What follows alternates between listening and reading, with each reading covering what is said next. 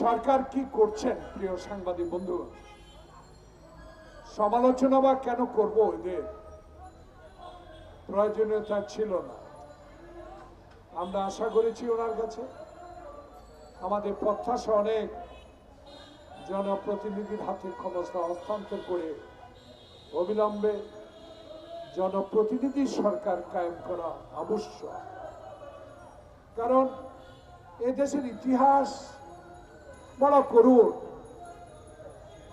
1971 সালে যুদ্ধ করে যিনি স্বাধীনতা ঘোষণা করেছিলেন শহীদ প্রেসিডেন্ট জিয়াকে নিয়েও অনেক কথা এই দেশে যারা বলেছেন তারা এখন নাই, কিন্তু নাই বললে চলবে না। ইনু মেনন, বিপ্লব বড়ুয়া, একজন বক্তা জাতীয় পার্টি নিয়ে কথা বলেছেন। তাদের ইন্ধনে 16 বছর বাংলাদেশে অনৈতিকভাবে ক্ষমতায় টিকেছিলেন,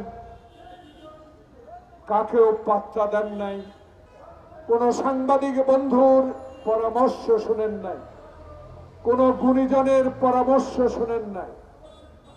সকল গুণীজন যখন প্রেস ক্লাব থেকে বলতেন আপনি সরকার পরিচালনায় ব্যর্থ হচ্ছেন, তাদেরকে তখন তকমা দিয়ে দিত জামাতে ইসলাম, বিএনপি।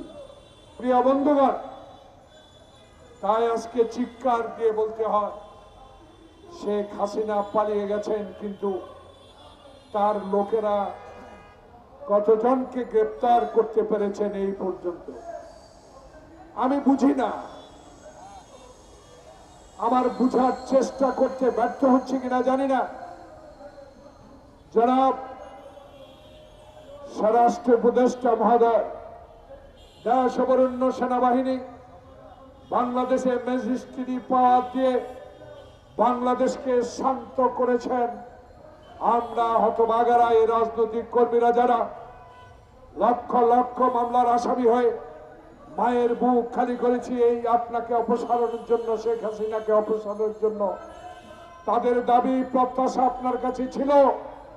যারা বিদেশের মাটিতে বসে এখনো ফেসবুকে কথা বলে, যারা হিন্দুস্তানে বসে এখনো আপা আপা বলে কথা বলে, তাদের বিরুদ্ধে কি আশা করি আপনার কাছে? আশা করে জনগণ একটাই, অবিলম্বে তাকে দেশে এনে বিচারের আওতায় আনা হোক। কি করে হাসান মাহমুদ গেল? কি করে পুলিশের সবচেয়ে বড় কর্মকর্তা দিল্লিতে একটি দোকানে তার ফটো ভাইরাল হলো? আমি আজকে বন্ধুরা স্বরাষ্ট্র উপদেষ্টাকে এই সভা থেকে বলতে চাই, শ্বেতপত্র প্রকাশ করুন। কোন পথ দিয়ে, কার মাধ্যমে, কার ইঙ্গিতেরা দেশ ত্যাগ করেছে তার শ্বেতপত্র প্রকাশ করতে হবে আপনাকে।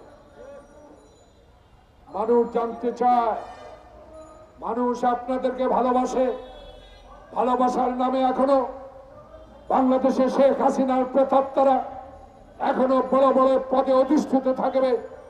রাষ্ট্রপতি এখনো বঙ্গভবনে বসে শেখ হাসিনা সহ যারা পালিয়ে গেছে জনগণ বলা শুরু করেছে তাদের সাথে যোগাযোগ রাখছেন। এটা আমার কথা নয়, জনগণ বলা শুরু করেছে। তাই স্বরাষ্ট্র উপদেষ্টা মহোদয় ক্লিয়ার করা উচিত, জনগণের এই কথাগুলোর উত্তর দেওয়া উচিত। যেই দেশে শেখ হাসিনা ইলিয়াসের মতো লোককে গুম করেছে, যেই দেশে শফি আলমের মতো লোককে গুম করেছে, যে দেশে আমার লক্ষ মায়ের বুক খালি করেছে, শেখ হাসিনার কথা এখনো ফেসবুকে বাংলাদেশের মানুষ শুনবে কেন? এই বিষয়টুকু খোলাসা করা উচিত মাননীয় স্বরাষ্ট্র উপদেষ্টা মহোদয়।